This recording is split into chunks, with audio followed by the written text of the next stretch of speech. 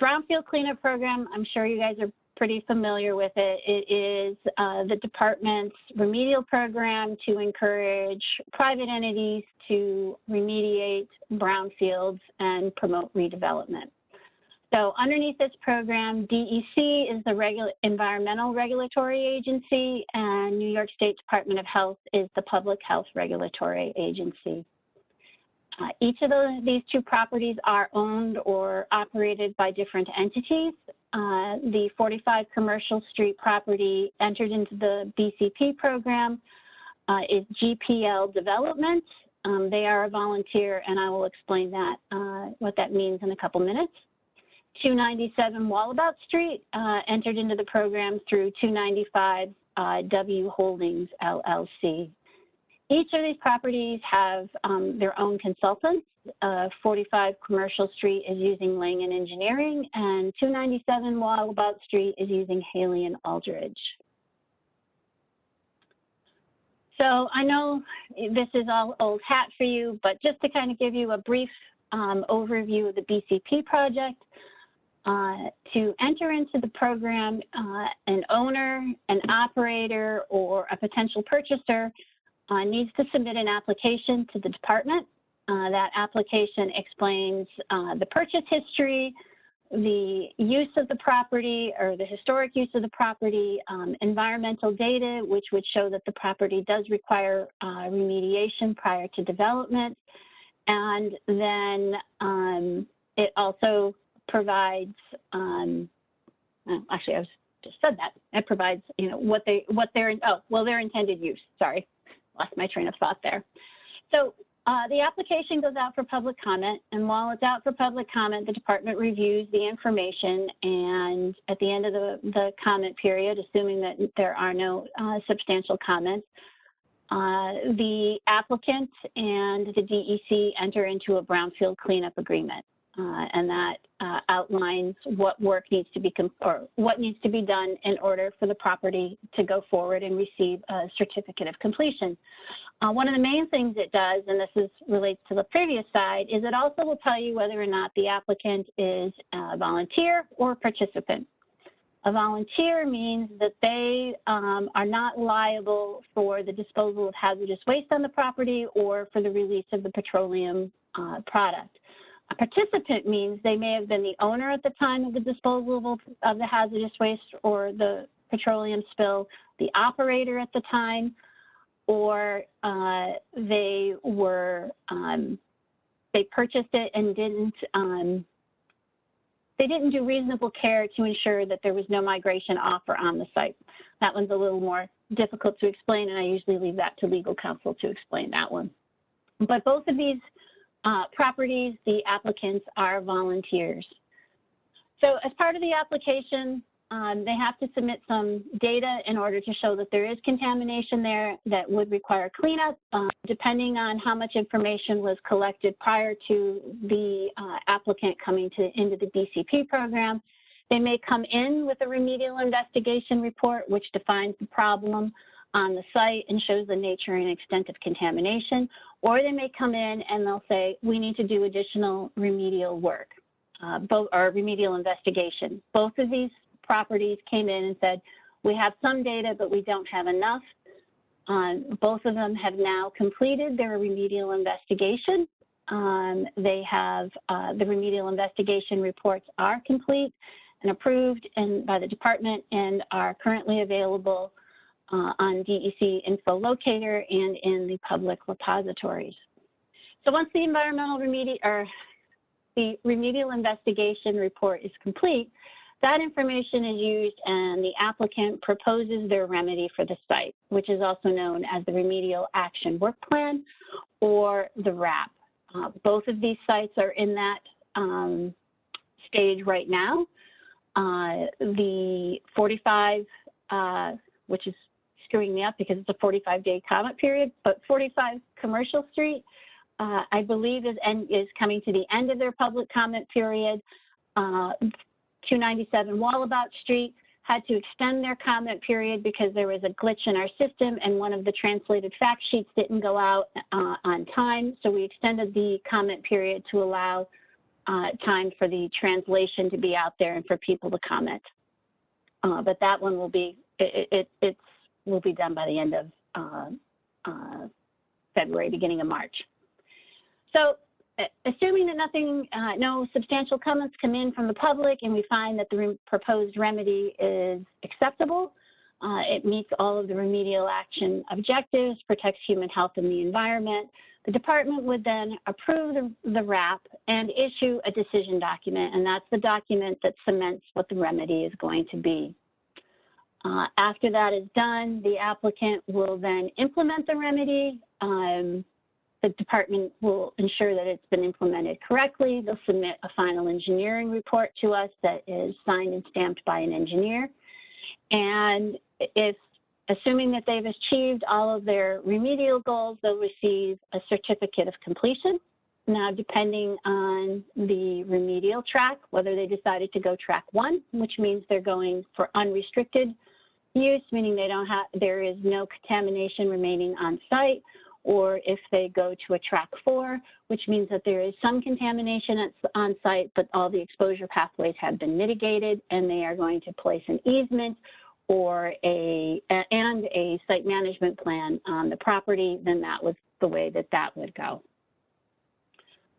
So on that note, as I just stated, both of these are out in the citizen participation program. You can find their information out on DEC Info Locator. I believe you have the fact sheets, which already have that information on there. If you don't, we can send that to you. And in the pre-COVID days, another very easy way to get there, to get the information, was to go to the document repositories for 45 Commercial Street. It is the Brooklyn Community Board building, and then it is the Brooklyn Public Library Leonard Branch.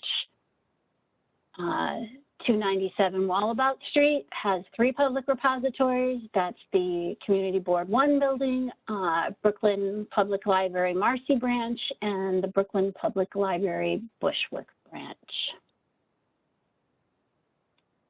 So any questions now, or should I just go right into the sites? Because not being able to see anybody is very hard to know if I went too fast.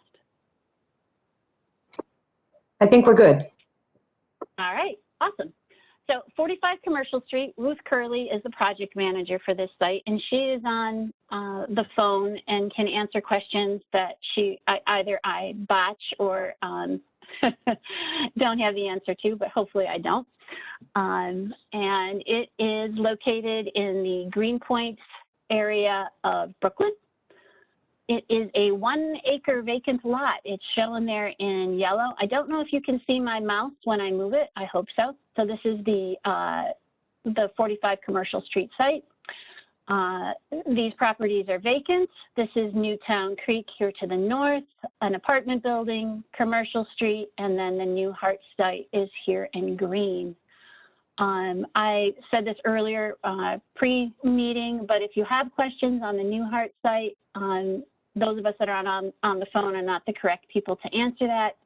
Jane O'Connell in the region has said to please reach out to her, and she'll get you whatever information or answer whatever questions you have on that. So the 45 Commercial Street property here was used up until the 1980s, from the late 1800s for coal and lumber storage. In about 2001, it became a parking lot. And also had some material storage, and it is currently planned, as far as we know, to be affordable housing, a 28-story building with 370 units. So this site came into the program with an awful lot of data to begin with. There were several investigations done prior to entering the BCP program, and then in order to make sure that they did have enough information to fully characterize the nature and extent of contamination, they did some additional work under a remedial investigation work plan in 2020 under the department's BCP program. This is a map of the site, and underneath the remedial investigation, they installed 17 soil borings and took about 36 samples, installed 6 monitoring wells and 5 soil vapor points. One of the areas that they were concerned about was what they believed was a historic petroleum spill in this area here, that pink striped area. I know that this is text and I have some figures. Unfortunately, the way that the figures that came into us, they're not easy to read. So I'm going to give you just a brief findings of, or summary of what they found. So metals, which is not unexpected, lead, arsenic, barium, copper, and mercury were found site-wide with a couple of lead hotspots. Depths of contamination ran about down to about 8–10 feet. Semi-volatile compounds degraded, which is were degraded petroleum from the historic spill, are also found pretty much site-wide, and there is one spot that would require being focused on as far as remediation. PFOA, which previously, up until not too long ago, would have been called an emerging contaminant, but is now actually just a contaminant, was found. It's part of the PFAS group on one location at 1.7 ppb along Commercial Street. We did not find where or what that would be related to, but it's, a big commercial area. It could come from many different things. Groundwater, all the monitoring wells, they were pretty much clean. One well had dichloroethane at 1 ppb, just above the standard of 0.6. No indication that that came from on site. The 5 wells did contain PFOA above 10 parts per trillion, but again, there was nothing, no data on the site was conclusive as to where the source was coming from. Soil vapor was as we would expect, because there was petroleum, has organic compounds common with a petroleum spill, and a few chlorinated compounds also. So I am going to attempt to show you this. Now, this is the soil results, and I do apologize. This is the figure that we have, and how engineers are. Everybody wants to have everything on there. So, and this is where Ruth is going to see if I got this right. We have, essentially, we have a hot spot here, here, here, and here, where the depth of contamination is a little deeper than other areas. And they are lead, semi-volatile. You know what, there was a request for you to go slower with the acronyms, if that's okay. It just. Oh, I'm sorry, I can't see. So if there's. Okay, yeah, no, that it was in the chat, and so. Yeah, I can't see the chat. If I share my screen, that's the only thing I see. No problem, I'll let you know. I'll pipe in if I see something. So I will, the acronyms, I'm trying to think. The BCP is the Brownfield Cleanup Program. RI would be our remedial investigation. PFOA is polyfluorinated alkaline, well, PFAS is polyfluorinated alkaline substances, and PFOA is a little bit longer name, but it is a subset of that, and that is related to, if you've seen in the newspaper, the Forever chemicals. I'm not sure, I can go back if I used any other acronyms. If there is something I'm not defining, please let me know. Again, it's very difficult not being able to see you, so I don't know if I'm going too fast or if I'm saying something that is, I'm not explaining it sufficiently. No, that's it. Maybe anyone should pipe in if there are questions, as long as they're not too many. Absolutely. Okay. All right. There wasn't much in groundwater, so here are the soil vapor results. Again, across the site, they're pretty much, all about the same, showing petroleum-related compounds. So at a quantity that, or at a concentration that will require mitigation. So we knew that we had contamination, or they knew that they had contamination on site. As I stated earlier, in the brownfield cleanup program, there are various different tracks you can go. You have a track 1, which would be that you're cleaning up everything to unrestricted concentrations. Track 2, where you're cleaning to the restricted level, and then track 4, where you're putting a cover and you're achieving either restricted residential or whatever the appropriate use is for the property. Track 4 requires an easement or a site management plan. An easement is placed on the actual property, and it follows it regardless of the owner, and a site management plan provides how any remaining contamination on site will need to be managed in the future to ensure that there are no exposure pathways in the future. So for this particular site, excavation across the entire site of 2 feet, and that removes a substantial amount of the metals in the SVOCs. And then there are 4 soil hotspot removals down to 6 feet, and those are for lead and semi-volatile organic compounds. That's what SVOCs stands for. And I'll show you a map of where all that is in just a moment. So after the excavation, there will be a cover system that will be mitigating any exposure to any residual contamination on site. It will be the building concrete slab or other paved areas around the building, or a 2-foot cover, soil cover in landscaped areas. In order to mitigate the possibility of soil vapor intrusion, a submembrane depressurization system will be installed beneath the building. Essentially, it's an SSDS system beneath a membrane underneath the building.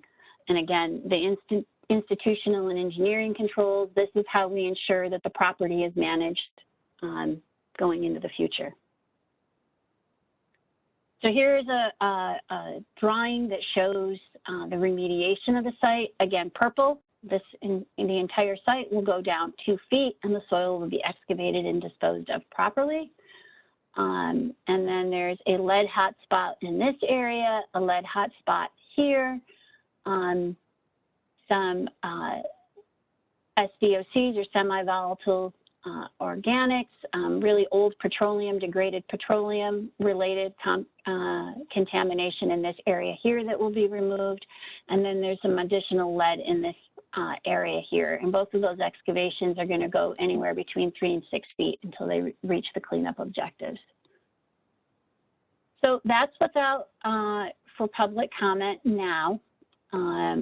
Based on comments from the public and the Department of Health and Department of and DEC's review, assuming that all of that is approvable, the RAP is expected to be approved and the decision document issued in late February. The applicant has stated that, assuming that everything goes forward and everything is approvable, that they plan to start the remedial construction late summer, early fall. Before I go on to 297 Wallabot Street, are there any questions or comments on 45 Commercial Street that I can answer?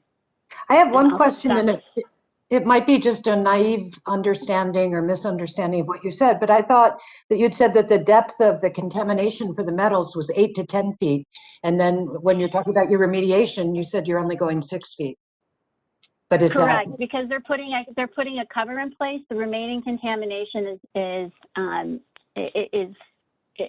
not need to be removed as long as there's a cover system in place. So they're going to put the building, the sidewalks, any kind of paved area or 2 feet of cover is sufficient to eliminate any pathways.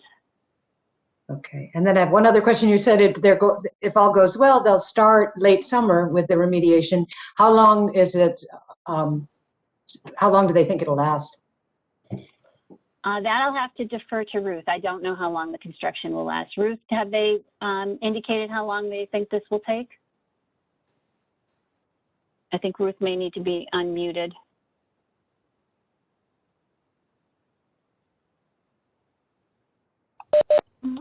Can you hear me now? Yeah. Yes. I do not have a construction schedule for this. I know it's a 6-story pedestal with a 22-foot tower on top of it. So the remediation part of it will be done first, and then, the excavation part, and then as they lay the foundation for the building, it's a slab-on-grade building. As they lay the foundation, they'll install the submembrane depressurization system. And so that would kind of wrap up the remedial part of the construction, but then they have to put up a building. So I don't have a firm timeline for that. Okay. I don't know if that helps or not, but It is what it is. Do anyone else just jump in if you've got questions? Yeah, I have a question. In the chat, there was a concern about, let me see, that was Acacia. She said there is a superstructure just north of this lot. It is not vacant. I wanted to know what the concern was.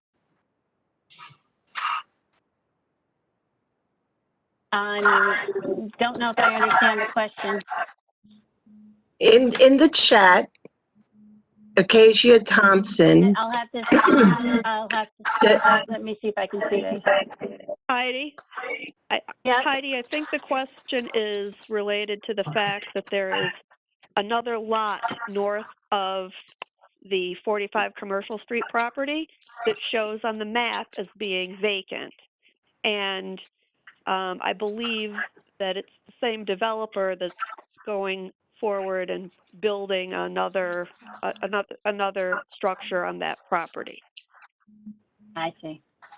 So that property isn't in our program. So other than I think that what Ruth has there, Ruth, we don't have any other information on that, correct? No, we know it's not in the BCP program. Can we unmute Acacia so she can ask her?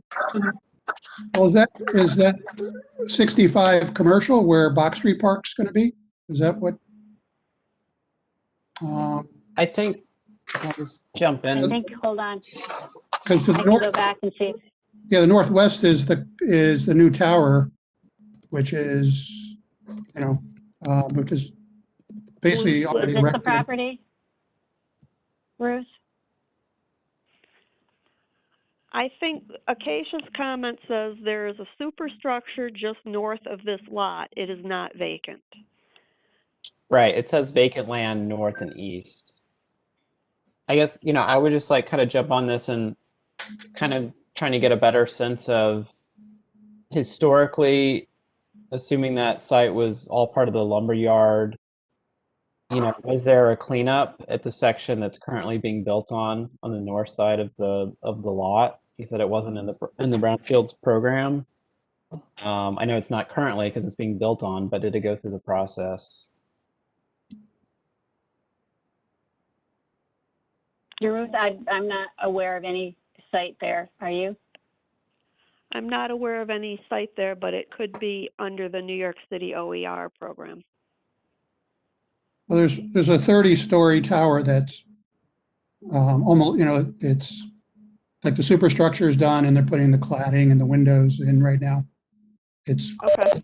Yeah. Acacia's been unmuted, so if she wants to speak or you have a question for her to respond to, she can do so. Yeah, this photograph is out of date, I guess. And that's Box Street Park right next to it, isn't it? Yeah, 65 commercial. It's Box Street Park with the ERU building and our transit. Future Box Street Park. Acacia said she can't unmute herself. Marie. I unmute her and then she's muting herself. Oh, can you unmute yourself? Can you try it? Somebody keeps.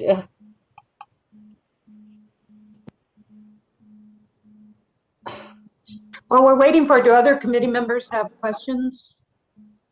Yeah, I had a question about Newhart across the street. If, either of the two plumes, if detected, any of that substance on the 45 commercial site, either the phthalates or I believe it's trichloroethylene is the other plume. We did not detect any of that material on the 45 Commercial Street site. Thanks, Ruth. Any other questions? I know somebody was trying to unmute. Yeah, Acacia, are you?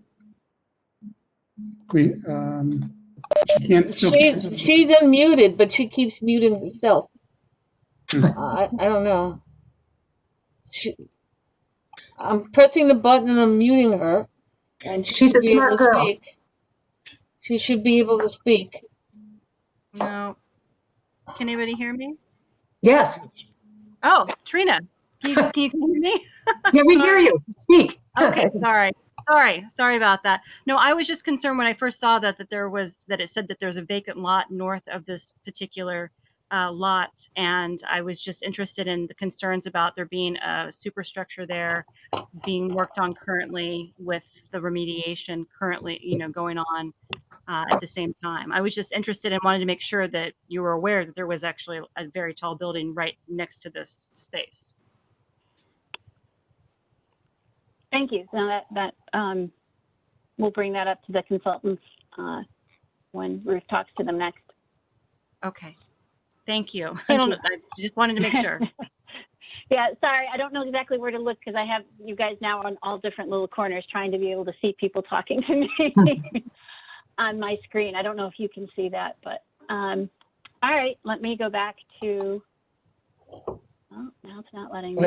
I just have one more question about 45. Sure. Was the actual remediation process in terms of truck staging and removing, soil from the site. I assume Greenpoint Landing or their contractor will have to submit a plan as far as and safety protocols as far as washing off trucks on site versus on the street, that sort of thing. We typically have standard language in our remedial action work plans that talk about truck washing and trucks being inspected and not tracking dirt off the site into the street. We also have standard language about community air monitoring that'll be going on during the excavation work. So that's in the remedial action work plan if you want to take a look at it, or if you want to, I can attempt to extract that from the remedial action work plan and send it to you.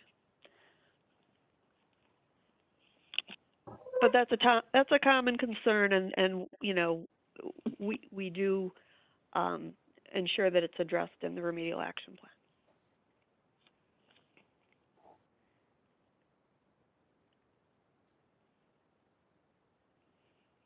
Hello? That's a good question, though. Okay, are there any other questions on 45 Commercial Street, or should I move on now to 297 Wallabot Street? I think we can move on. Okay, great. And again, if I'm being too fast or if I'm going too fast, please, I can't see the chat when I'm speaking because it blocks the screen for me. So please let me know. I'm not used to giving public presentations over this virtual format. I'm used to being able to read faces and know when I'm going too fast or if I need to explain something a little bit better. I'll try to go slower though. So this is the 297 or 295, 297 Wallabot Street, located in Broadway Triangle.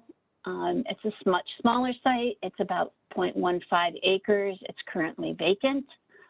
It has an apartment building to the north, residential buildings to the east, warehouses to the west, and to the south.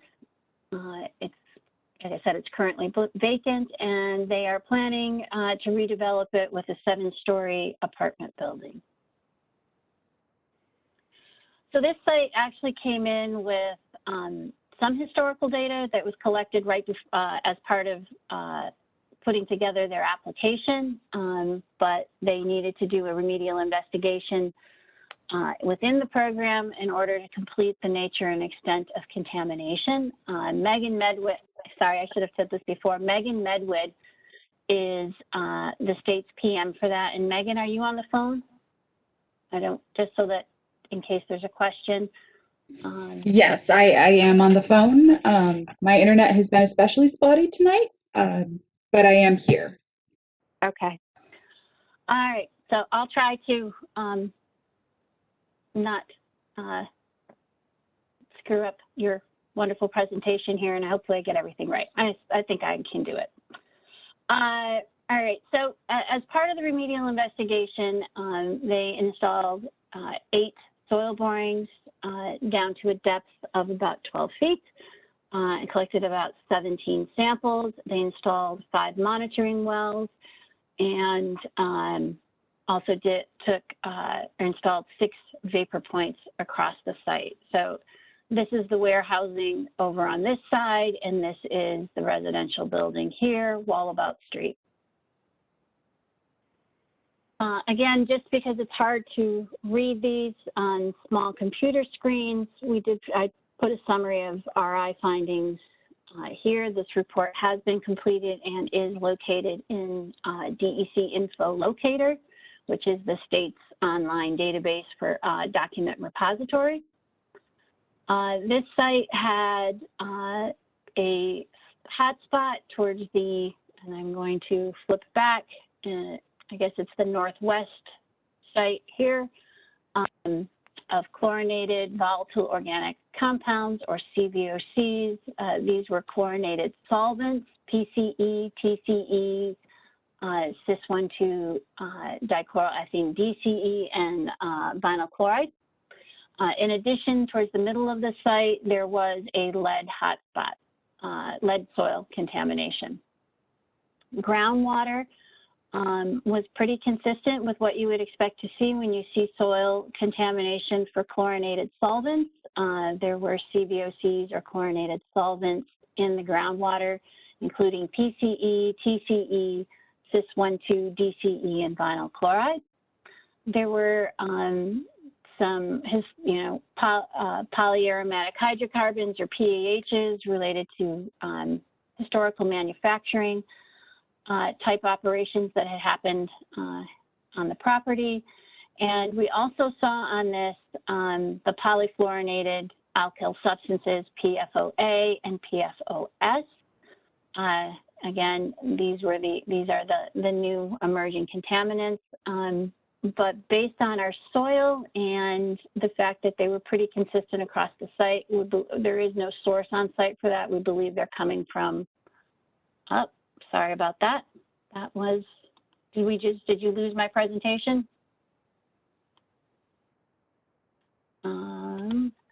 I can't tell if you guys lost my screen or not. There we go. Oh, we can still see it. All right, sorry, my VPN for work just decided to go to sleep. And so there's no real source from that, so we believe it's coming in from off-site. Soil vapor, again, was consistent with what we were seeing on site, seeing how we had soil contamination with chlorinated solvents and in the groundwater. So we see PCE, TCE, DCE, and vinyl chloride in the soil vapor. And I'll give you an idea here.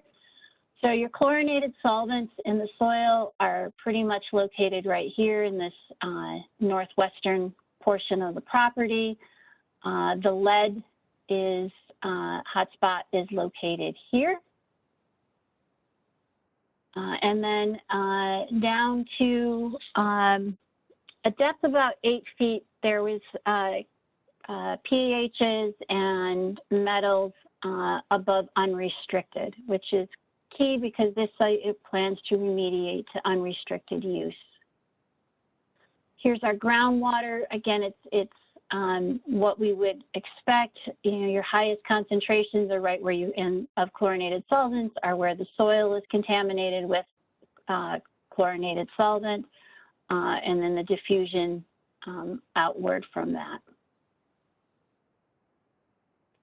And again, soil vapor pretty much mimics that and groundwater flow going in that direction. Let's see. So the applicant for this site is proposing a track 1 remedy, unrestricted, so that remediating all contamination on site. Excavation depths across the site will range from 2 to 11 feet with a hotspot removal of soil to 17 feet, which is below the groundwater table. They're going to remove that.